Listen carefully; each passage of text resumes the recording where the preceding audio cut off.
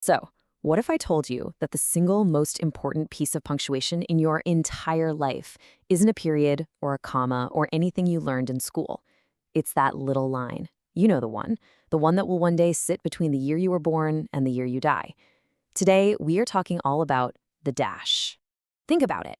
Every single tombstone tells the exact same basic story. It's got two dates, a beginning and an end. That's a truth none of us can escape. But here's the thing. The real story, the one that actually matters, it's not in those numbers. Nope. The real story is right here. In this little line. The dash. In that tiny, tiny little space, an entire life happens. Right? Every laugh, every failure, every single choice, every connection. It's everything. And that really boils it all down to one single question, a question philosophers have been asking forever. It's not when you lived, but how. What did you do with the time you were given? What did you fill that little space with? That's what we're going to dig into. Okay, so how do we actually do that? Well, we're going to walk through a really powerful framework together. First, we'll get super clear on what the dash even is. Then, we're going to cover 5 core principles to help you live it on purpose. Starting with the right people, believe it or not, learning how to turn your fear into an ally, doubling down on what you're already good at, mastering your own mind, and finally, the one thing that makes all of it click. So let's jump in. First up, what is the dash really? Well, you can think of it as the ultimate summary of your life. It's the most important metric you've got. So, where do we even begin to build a meaningful life? You might think it's with some grand strategy, but it's not. It starts with the most fundamental choice of all, who you decide to have around you. This is the absolute bedrock of a life well lived. You know, Les Brown has this amazing take on it. He says the most important decision you'll ever make isn't about what you're going to do, but who you're going to do it with. You have to surround yourself with people who are constantly stretching and growing. Because if you do, you can't help but rise with them. If you don't, you just kind of drift.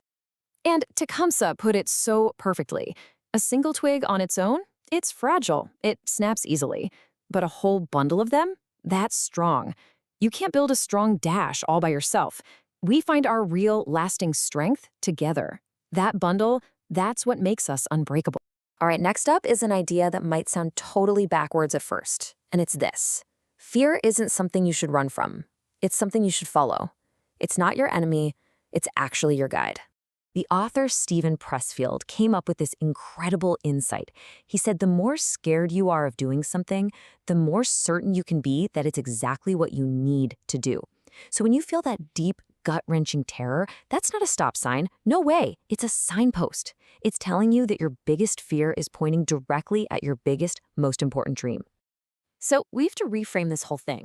We've got to stop seeing fear as a big brick wall, a signal to just turn around and go home. Instead, let's see it for what it truly is, a compass, pointing us north, directly toward what really truly matters to us. And Mark Twain just nails it here. The goal was never to be fearless. I mean, come on.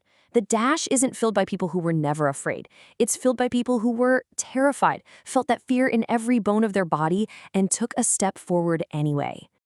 Okay, next up, a really powerful idea called the Marshall Principle. It's so simple, but it can literally change everything.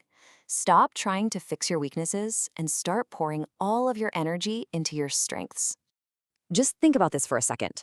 During World War II, General George C. Marshall had to build the biggest army in history, like yesterday. He picked hundreds of leaders with an almost perfect success rate. How did he do it? His method was dead simple. He never once asked about their weaknesses. He only ever asked one thing. What is the assignment? If he is first rate at that, put him in. What a powerful lesson for our own lives. Focus on what you can do. Play to your strengths. Now, this next idea, this might just be the most powerful one of all.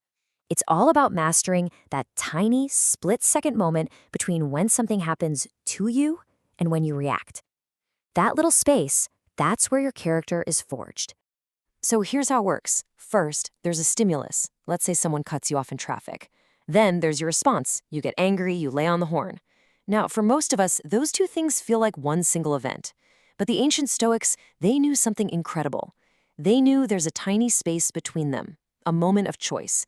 And the whole game of life is learning how to pause and make that space just a little bit wider. And this is exactly how we use that space.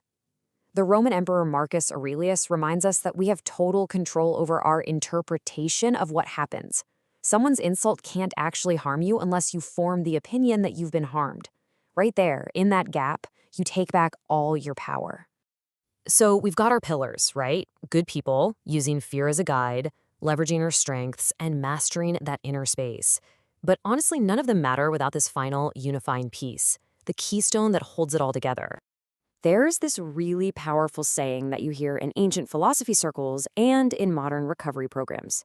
It's simple. It works if you work it.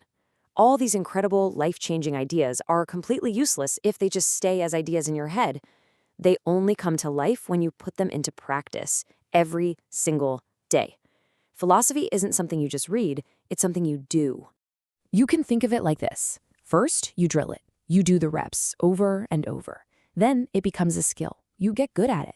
And then you keep practicing that skill until it becomes second nature, until it's just a part of who you are. That's the thrill of it. That's when it stops feeling like discipline and it just starts feeling like you. And here it is, the whole picture. Whether it's choosing the right people, using your fear as a compass, playing to your strengths, or mastering that inner gap. All of these incredible pillars stand on one single foundation: daily practice. Without that, they're just cool ideas. But with it, they become your life. And when you live like this, it shifts your entire perspective. You realize a well-lived life isn't about what you can get from the world, it's about what you can contribute to it. It's all about what you bring to your dash. And so we come right back to where we started. We all get 2 dates. Those are fixed. We don't control them. But that one precious little dash in between, that part, that's all you. So the only question left is, what are you going to fill it with?